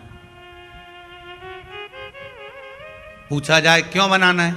हमने सुना है गुरुजी नहीं बनाया जब तक के दान पुण्य नहीं लगे। वो तो सही है, पर बनाओ तो महाराज ऐसो को बनाओ कि जो कहीं ना कहीं भगवत भजन की ओर आपको लगा दे, स्मरण की ओर लगा दे, नाम जाप की ओर लगा दे, नाम कीर्तन की ओर लगा दे। पहले कथा में कहा दुनिया का सबसे बड़ा दान कौन सा है? अभी शायद इसी कथा में कहा होगा या इससे पीछे की कथा में कहा होगा। दुनिया का सबसे बड़ा दान कौन सा है? नाम दान। कौन सा दान है? नाम दान। इसलिए आपसे रोज सवेरे प्रतिदिन कथा में एक ही बात कहते हैं कि आप किसी से भी बात करो तो एक बार श्री शिवाय जम के बोलो जरा, श्री शिव नमस्तुभ्यम। अब आधा तो हमने बोल दिया था और आधा आपने बोला, पूरा हुआ ही नहीं। फिर से बोलो श्री, हे भगवान।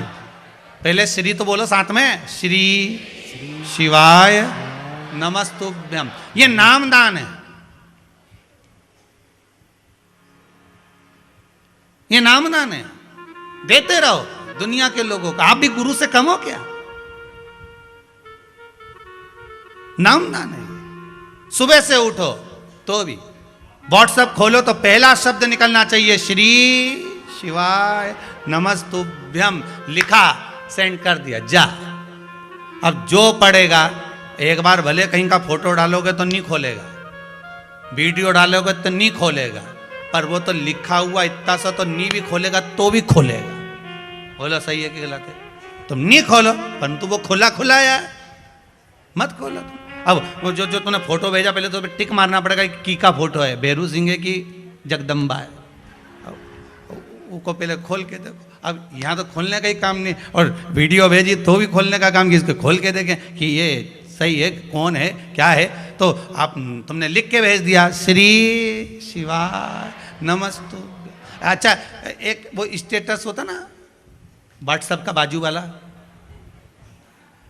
पड़ोसी, हम पड़ोसी कहेंगे ना, तो उस पर भी तुम फोटो डालो तो वो खोल के देखना पड़ेगा, खुला नहीं खुला, ऐसा घूमता रहता है कि पृथ्वी के चक्कर लगाओ।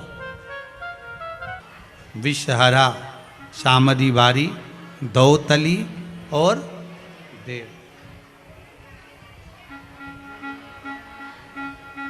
5 बेटियां। बहुत ध्यान देना महाराज, पहले भी कथा में कहा है आपको, जिस व्यक्ति को नींद नहीं आती हो, शंकर भगवान की 5 बेटियों का नाम लेकर, हाथ में जल लेकर, जया, विषहरा, श्यामली बारी, दौतली और देव, इन 5 बेटियों का नाम लेकर आप उस जल का आचमन कर कर बहुत प्रेम से आराम से सोइए। आपको टेबलेट खाने की जरूरत नहीं पड़ेगी, आपको नींद की गोली नहीं खाना पड़ेगी।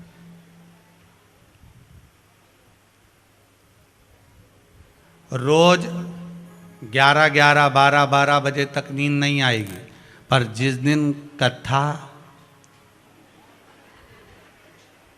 अब सोफे पे कुछ बैठे होंगे, कुछ कुर्सी पे बैठे होंगे, कुछ दरी पे ही। अच्छा, आज यहाँ की भी बड़ी आनंद थे, बच्चे लोग बता रहे थे, पंडित लोग। हाँ, तो ब्राह्मण बोल रहे थे, ललित जी भी बोले, प्रशांत जी भी बोले, कहे गुरुदेव आज तो हॉल में लोग गद्दा बिछाए क्या चक गुर्राटा भरने सोए। हमने पूछा क्यों रे, सही में क्या? हाँ गुरुदेव, ये दिन में कोटा पूरा कर रहे रात का।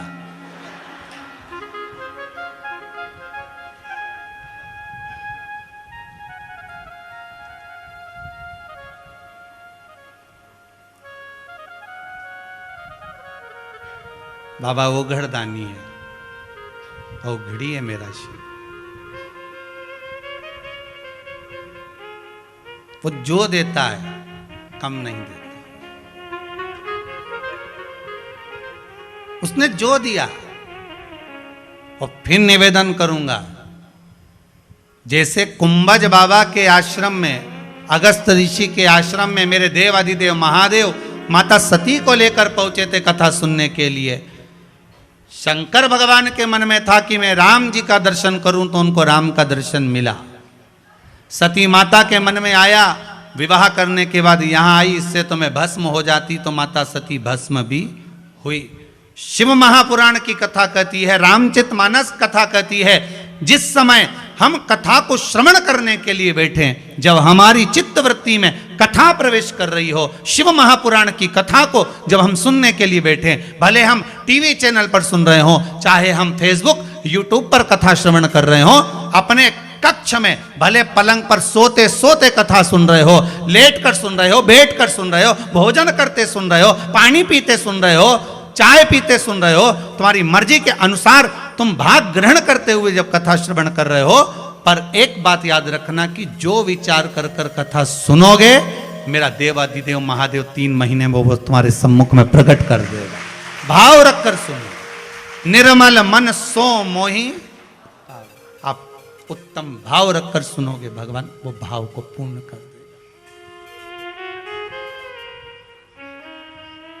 आप निर्मल मन रखकर कथा सुनिए, आपका मन भगवान जिस भाव से, जिस कार्य से हम कथा सुने,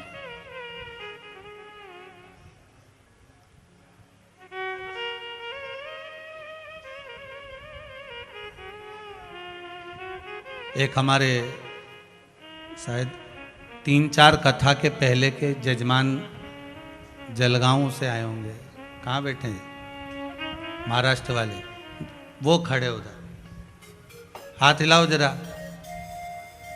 जरा कैमरे वाले भैया दिखाना जरा। ये केवल सूचना देने आए, और किस बात की सूचना देने आए कि कथा करवाने के बाद जब मैं वापस यहाँ से गया, तो भोलेनाथ जी ने ऐसी कृपा कर दी, ऐसी कृपा कर दी, जो काम बरसों से अटका था, जिसकी उम्मीद ही नहीं थी सालों से, वो काम यहाँ से जाते ही बाबा ने कृपा कर दी। वो खड़े हैं पीछे, हाथ हिला दो जरा एक बार, यही बाबा की कृपा,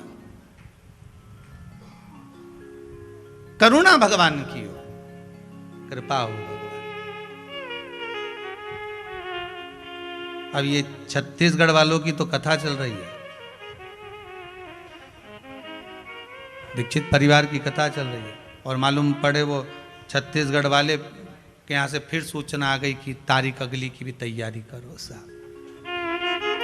पर बाबा जब कृपा करे तब की बात है। अभी तो बाबा बस आप लोग श्रवण कर रहे हैं और हम तो भगवान से यही प्रार्थना करते हैं, चंद्रमा की रात्रि में जो मेरे शंकर के मस्तक पर चंद्र होता है, इसलिए कथा को 2 दिन की रात्रि को ली है कि चंद्रमा को जैसे आपने मस्तक पर धारण करा है, मेरे शंकर जो इस रात्रि की कथा को सुन रहे हैं उनको भी उन्नति की सीढ़ी पर आगे बढ़ा देना।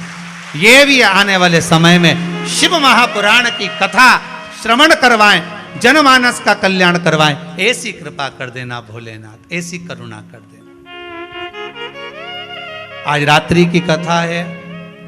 रोज दिन में कथा होती थी तो भले पति दुकान चले जाए, ऑफिस चले जाए, आपके पास में भी काम रहता था, पर आज भोलेनाथ जी ने कृपा करी, पूरे परिवार के साथ बैठकर भले टीवी पर सुनो, मोबाइल में सुनो, पर कथा मुझे उम्मीद है हम भले यहाँ बैठकर कथा बाच रहे हैं और आप सबको बेरेश्वर धाम में बैठे हैं, पर इतना विश्वास है मुझे मेरे भोलेनाथ पर कि जितनी कॉलोनियाँ, जितने नगर, जितने गांव, जितने क्षेत्र हैं, एक एक के मोहल्ले में जाकर घूम कर आना, टीवी की आवाज में आपको शिव महापुराण की कथा ही सुनने को मिल रही है।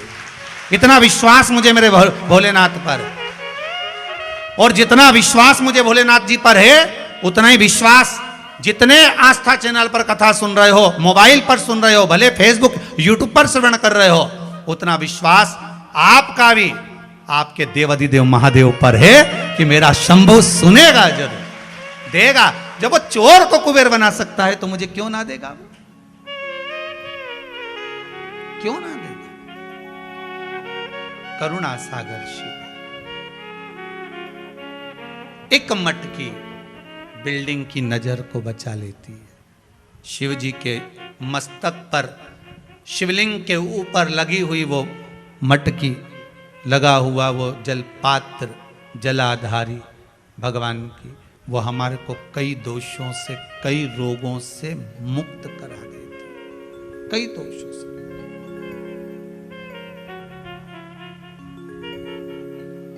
महाराज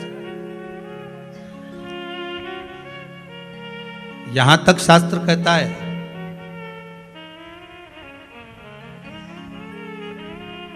वाणी से विहीन व्यक्ति, दृष्टि से विहीन व्यक्ति, श्रवण शक्ति से विहीन व्यक्ति,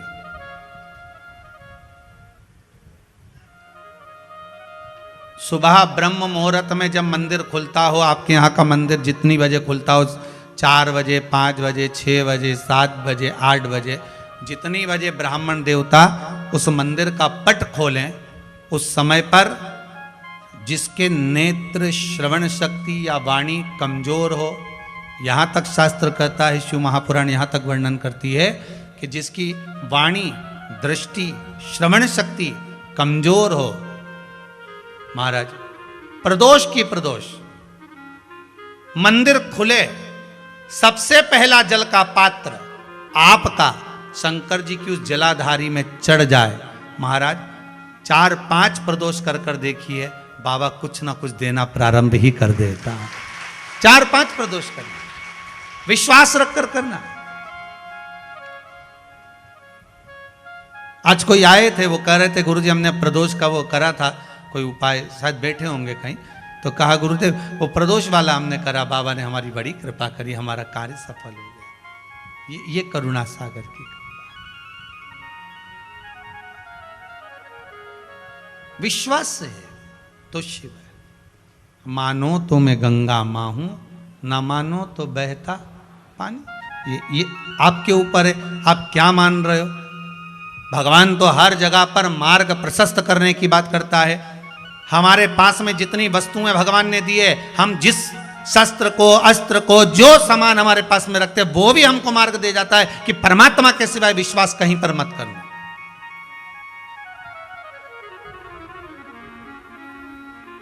बैंक में जाते हो, दरवाजे पर द्वारपाल मिलता है, उसके कंधे पर बंदूक टंगी रहती है। बोलो तो जम के जरा, सही है गलत है। उसकी नाल तुम्हारी ओर होती है कि ऊपर होती है?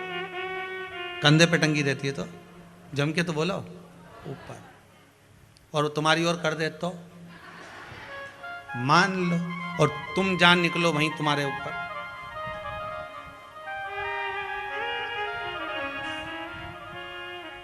कंधे पर टंगी है, वो बाजार में भी घूम रहा है तो उसकी नली ऊपर, और अगर वो एसी कर दे तो या इधर कर दे तो लोग कहेंगे दादा ये काम तमाम कर देगा, तुरंत पुलिस के फोन करा, इसके लेके जाओ, ये पीछे पड़ा हुआ है। जरा सा तुम्हारी ओर करी और काम बिगड़ गया। अब ऊपर करके रखी है तो काम बिगड़ रहा है इसका? नहीं बिगड़ रहा है ना। मतलब वो बंदूक भी हमको सीख दे रही है कि उसके भरोसे पे रहना। किसके? मैं यूं हूं, बंदूक कहती है मैं जरा सी डाउन होती हूं तो लोग चिल्लाने लगते हैं। राइट में मुड़ी तो खतरा, लेफ्ट में मुड़ी तो खतरा, सामने मुड़ी तो खतरा, पीछे मुड़ी तो खतरा। खतरा मुझे बस एक जगह से नहीं है कि मैं ऊपर रहूं तो खतरा नहीं रहे। भगवान भी कहते संसार में हर जगह खतरा है, पर परमात्मा के चरण में कभी खतरा नहीं है, कभी खतरा नहीं हो सकता।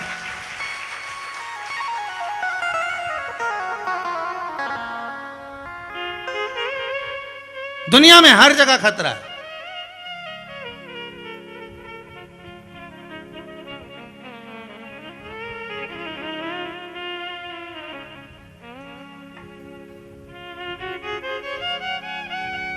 अब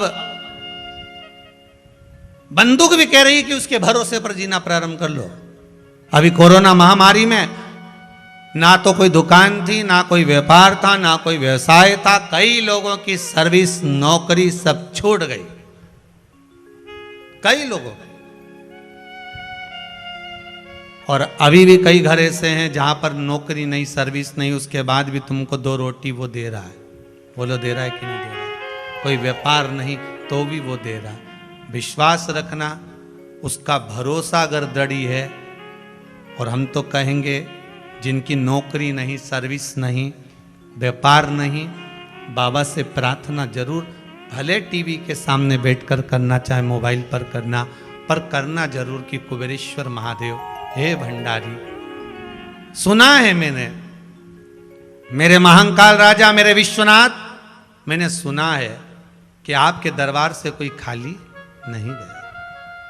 बहुत आस से विश्वास है। एक जयपुर से माता जी आई हैं।